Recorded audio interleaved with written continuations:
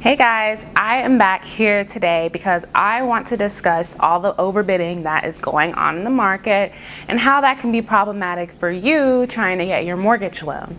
So as we know, inventory right now, from what I hear, it's the same all over the United States. Of course, there are some markets where it's a buyer's market. However, here in Atlanta, it is definitely a seller's market.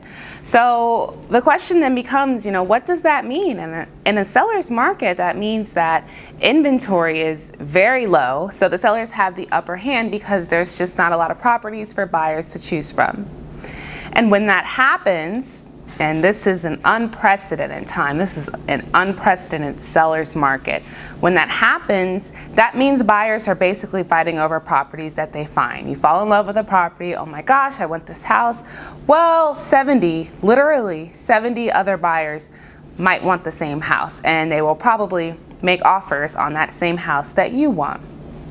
So pretty much, buyers are getting into bidding wars and they're overbidding the price of the property.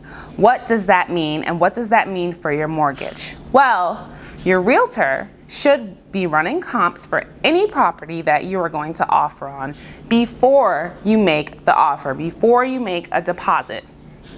That way you know the true value of the home and you're not overbidding by $50,000, $40,000.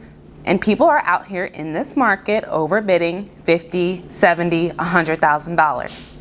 Literally bids that are $5,000, $10,000 over asking price are not being accepted. It's crazy and it's frustrating, and I do understand that, but I want you guys to understand that if you overbid on a property and then that property does not appraise, you will have to come up with the difference between the appraisal value and the price that you said that you would pay for the property. So what do I mean when I say the property has to appraise? Well, when you are getting a mortgage loan, they are going to have an appraisal done on the subject property or the property that you are buying. And the lender will only give you a loan for the value of the house. They're not going to give you more than what the house is worth.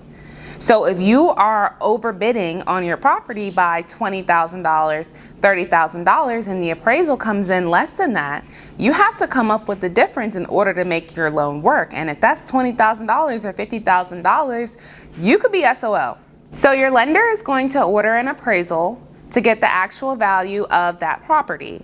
And let's say the appraisal comes back. Now at this point, 2 to 3 weeks have passed, and you guys are under contract, you've gotten your home inspection done by now, and you're just getting excited. Everyone's just waiting on the appraisal.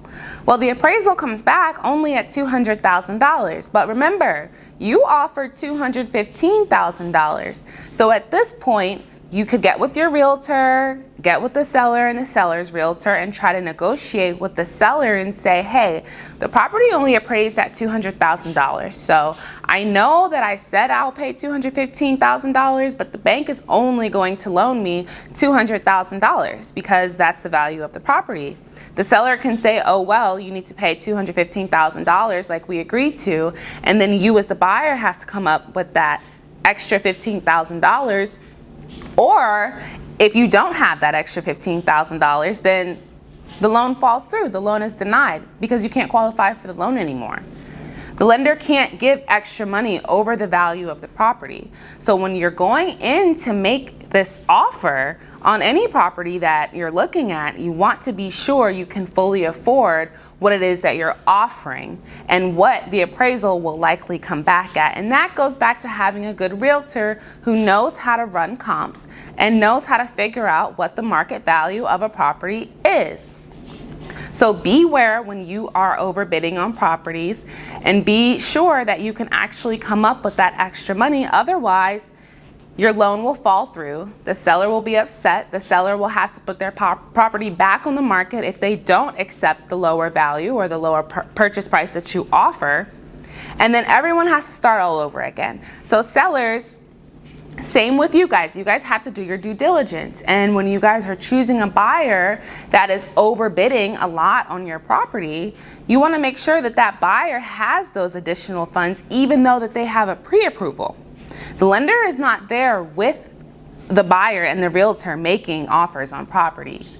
We know about it, but we don't know all of the details. So as a seller, you want to make sure you do your due diligence to make sure that your buyer can actually afford the property and can actually afford what it is they're offering you. So this is why we are seeing in this market, this seller's market, crazy seller's market, so many bids on properties. This is why we're seeing a lot of properties go under contract and then come back on the market because financing fell through because the property did not appraise. And so by doing your due diligence, whether you're a buyer or a seller, it saves everyone a hassle, it saves everyone a headache, it saves everyone time, because then the seller doesn't have to pull their property off the market and then put it back on the market because financing fell through.